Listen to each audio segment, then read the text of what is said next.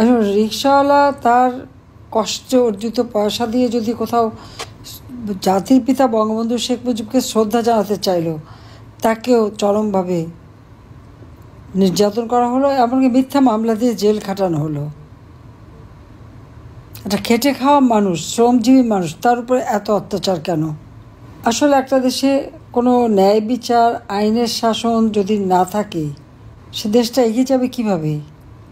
এখন তো জঙ্গি আর সাম্প্রদায়িক গোষ্ঠীর উন্মাদনায় গোটা জাতিকে একটা শঙ্কার মধ্যে ফেলে দিয়েছে। আমাকে বলে ফ্যাসিস্ট। যারা বলে তাদেরকে জিজ্ঞাসা করি, ফ্যাসিস্টের সংজ্ঞাটা কী? আমাদের নিবন্ধন বাতিল এবং আমাদের ব্যান করে দেওয়া হয়েছে ছাত্রলীগকে, আওয়ামী লীগকে। অপরাধটা কি?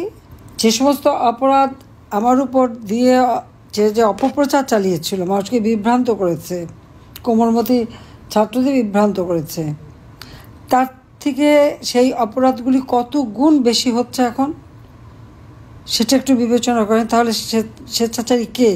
ফ্যাসিস্ট কে? ফ্যাসিস্ট সেই হয় যে একটা গোষ্ঠীকে সম্পূর্ণভাবে ধ্বংস করতে চায়। সেটা ক্ষুদ্র নিগোষ্ঠী হতে পারে, একটা রাষ্ট্র হতে পারে। আর বাংলাদেশে কেউ হচ্ছে একটা দলকেই শেষ করতে চায়, তো তারাই তো ফ্যাসিস্ট। আজকে একটা ক্ষমতার লোভী গণশত্রু খুনি ফ্যাসিস্ট ইউনূস গোটা জাতির সাথে একটা বিশ্বাসঘাতকতা করেছে এবং দেশটাকে এমন অবস্থায় নিয়ে গেছে যে আজকে বাংলাদেশ বিশ্বে জঙ্গির দেশ হিসেবে পরিচিত।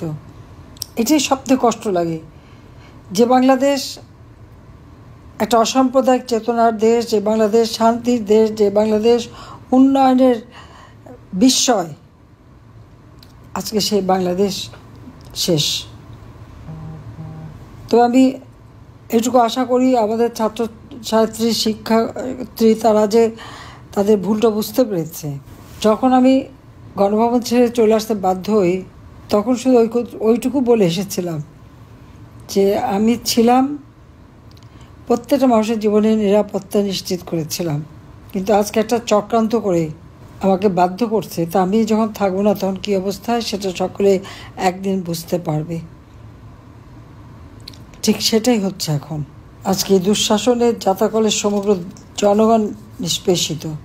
আমি শুধু এটুকু বলবো যে এই অবস্থার থেকে দেশ জাতিকে মুক্ত করতে হবে। আর আমার এটা মনে হয়, বেঁচে যখন আছি বা বাঁচিয়ে যখন দিল আল্লাহ তাআলা, নিশ্চয়ই আল্লাহ একবার সুযোগ দেবেন বাংলাদেশের মানুষের ভাগ্য পরিবর্তন করতে। কারণ আজকে 20 আগস্ট, এখন তো প্রায় 11:15 বাজে, মানে এখানে 12:30 হয়ে গেছে বাংলাদেশে, তার মানে 21 আগস্ট। সেই দিনই তো ভয়াবহ গ্রেনেড হামলায় পড়েছিলাম। 13টা গ্রেনেড ছোড়া হয়েছিল, 3 দিক থেকে 4 দিকে আমাদের আক্রমণ। আইভি রহমান সহ 22 জন মানুষের মধ্যে 2 জন অজ্ঞাতনামা ওই স্পটে মারা গেল। প্রায় 1000-এর মতো আমাদের নেতাকর্মী আহত, তার মধ্যে প্রায় 400-500 অবস্থা তো খুবই খারাপ ছিল। তারপরেও অনেকে মারা গেছে। আর এখনও স্প্লিন্টার নিয়ে অনেককে জীবনের সাথে যুদ্ধ করতে হচ্ছে। সেই দিনে সেই গ্রেনেড হামলা থেকে বোধহয় এই তারেক জিয়া বা তার মা কোনোদিন ভাবে নাই যে আমি বেঁচে আসবো, বা এই জামাত ইসলামী মানব ঢাল রচনা করেই আমাকে নেতাকর্মী বাঁচিয়েছিল।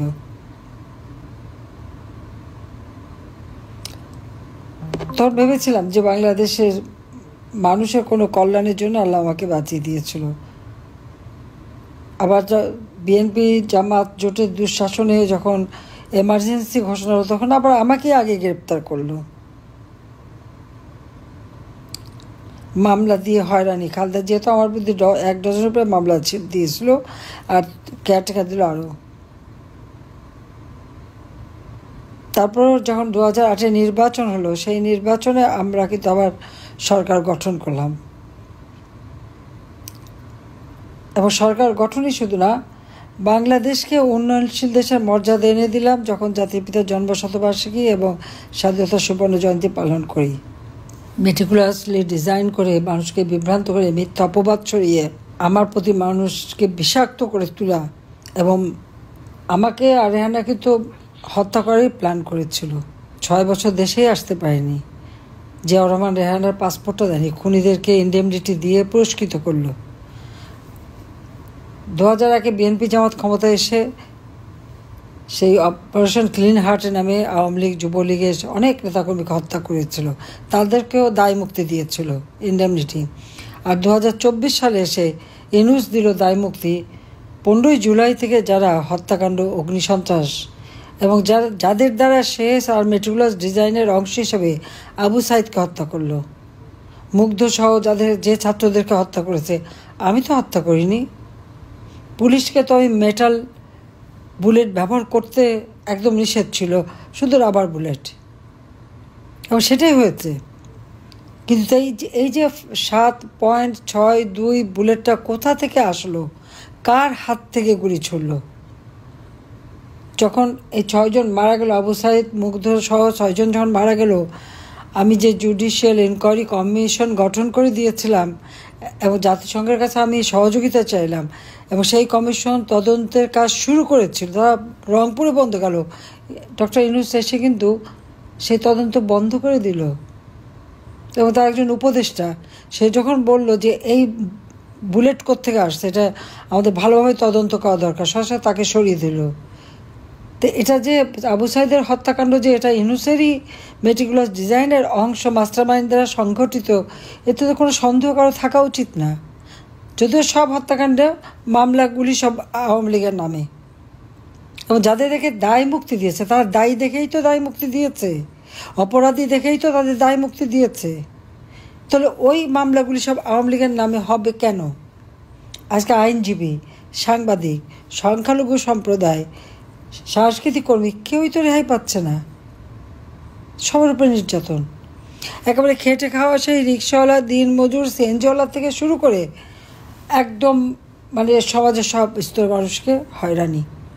আজকে মানুষ যে জিনিসটা উপলব্ধি করতে পেরেছে, শিক্ষার্থীরা যে উপলব্ধি করতে পেরেছে, সেটাই বড় কথা।